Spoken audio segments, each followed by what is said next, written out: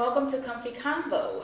Every month I will interview a different person and air the interview in 4 parts.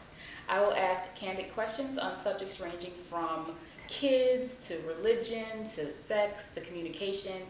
But our conversations are not scripted, so I really don't know what she's gonna say when I ask her these questions. So this month we are meeting with Michelle Emerson Pedro. Ooh, I have a maiden name in there. I managed to remember. Now, Michelle lives in Lawrenceville, and she is married to Glenn, and they have been married for 17 years? 17. Oh my goodness.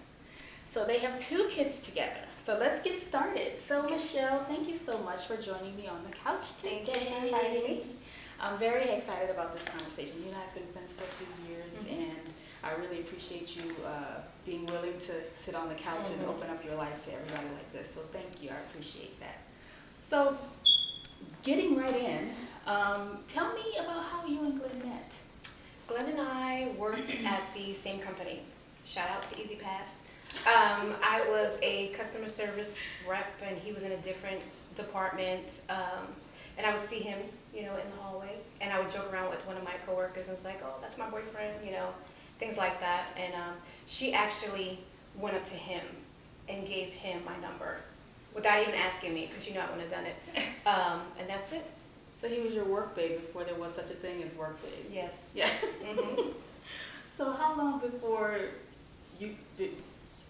in between you guys meeting before you guys got married? It was about 2 years. About 2 years. So now that you've been married 17 years, I know a lot has changed in your relationship over those years. So when you first got married, did you guys fall into the traditional roles of husband and wife, or was it something that you guys had a conversation about? How did the gender role, or did gender roles play a part in your relationship at all? Traditional gender roles? I think it just happened like traditionally, where I would just do all, the wifely duties, keeping the home, cooking. Now I am a better cook, and you can ask my husband, but I didn't like cooking in the beginning, but he is a great cook, and he likes to cook. So did you learn from him? I would say I have. He'll be excited about that. But the same thing too with my mom and dad. So it was kind of like following her example, because she didn't like to cook either. But she kept the house clean, changed the curtains. All of us were taken care of, but my father would come home and cook dinner from work. Really? Yeah. So she would always say, make sure you have a husband that likes to cook. So it just so happens that Glenn likes to cook. So that has helped me out. Lucky you, because I don't like to cook. I do it because I have to do it. There's a difference in that. And I don't have to do it because Ray says you need to cook. It's if I don't cook and he doesn't feel like cooking, we're gonna have to eat out. Yeah. And don't really want to do that all the time. Trying to be healthier. So it was a natural progression for you guys to assume those roles, just because based on how you were raised, essentially. Okay. Now we talk about traditional gender roles in the house. What about religion? Does religion play a big part in your marriage? I think so. We both were brought up differently. I was brought up as a Jehovah's Witness. I did not know that. I know, a lot of people don't know that. And Glenn, he was brought up as a Baptist. So when we moved down here, we just most likely are now Christians. And we're looking to see, we really haven't established a church down here, which is not a good thing. But we've gone everywhere. So we're just trying to really find a church home. So did that cause a conflict in your relationship, being from 2 different religious backgrounds? In the beginning, no, not really. Like, he just respected everything. I think the way that we were brought up with different religions has made us into the people that we are today, as far as respect and things like that. So it actually kind of helped. Very good. So when we're talking about religion, the taboo word of the day is always submissive, being submissive to your husband. What are your thoughts on that?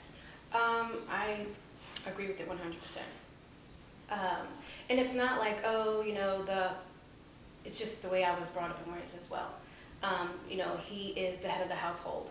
And as much as you may have a decision that always I'm able to tell him how I feel, and he always takes that into consideration, but he does have the final say. But as women, we're able to sometimes coach which way we want to, but as far as being submissive, I definitely do agree with that. When I grew up, my mom used to say, in order to get your husband to do something that you want them to do, you have to make them think that it's their idea. I'm supposed to be telling the secrets. I'm sorry, I'm dropping game, but it's true. And, while I agree with being the premise behind being a submissive wife and having the head of the household, and I think people have given it a negative connotation unnecessarily. We think it's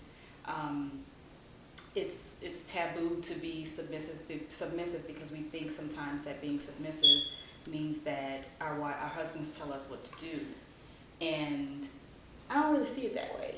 I don't see it that way either. And for me, having a daughter who's 17, when I tell her certain things, well, let me talk to your father.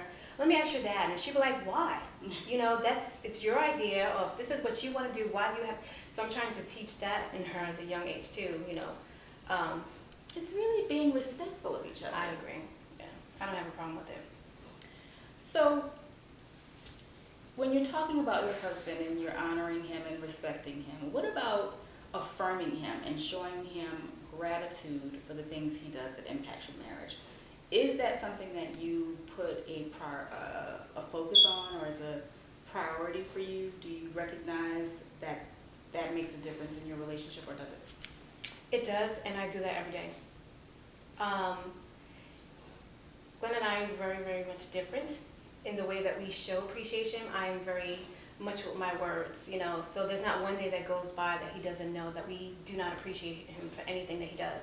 He's a very hardworking husband. He's great, and he's a great father. So I know I do constantly tell him every day.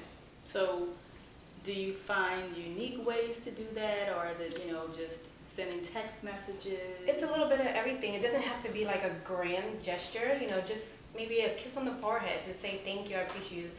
Especially texting, we text a lot, being that our schedules are different. I work during the day and he works at night. So that definitely has to be something with communication that we do. But yeah, I do it every day. So, Savannah, we're boring don't her. knock over my drink.